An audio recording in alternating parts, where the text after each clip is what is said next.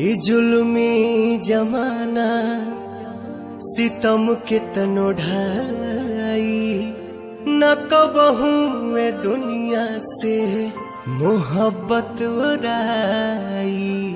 और जब रोग हो जे जानी उजानी कदर बेकदर के समझ में न आई।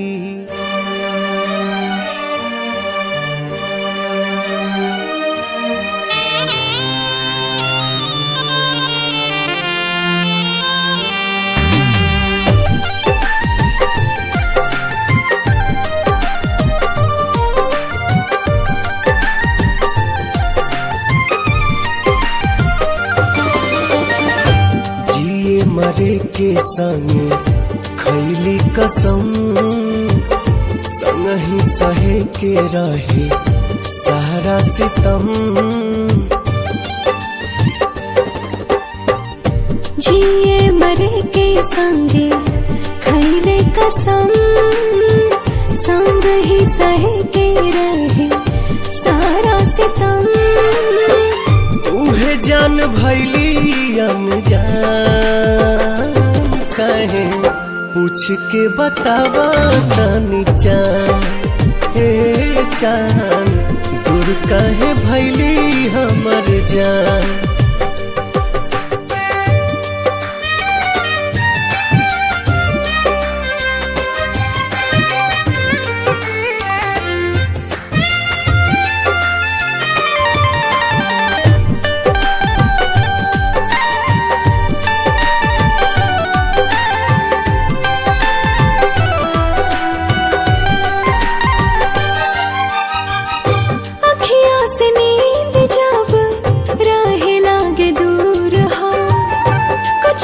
जरूर होला नैन के कसूर हो।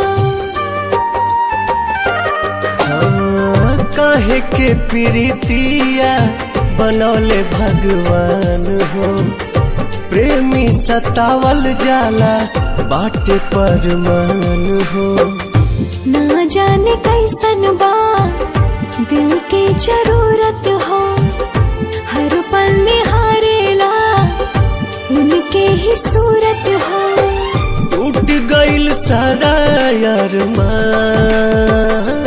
काहे पूछ के बतावा तनी चान।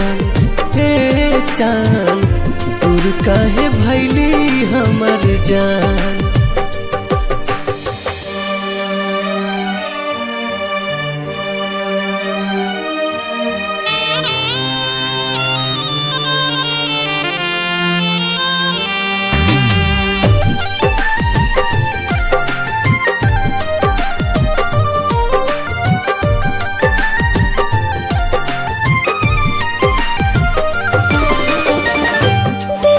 जरूरत होला सच्चा दिलदार के। बड़ा हार जाए तू ता बुझला न प्यार के। फिर न दोबारा कब हो पाई प्यार हो। बसल बसावल दुनिया भइल उजार हो। सपनों में ना सोचनी ऐसन कब होई। दिल भर के याद में अखियां कब रोई। घुट घुट के निकाले परान काहे पूछ के बतावा तनी चान। हे चान दूर काहे भैली हमर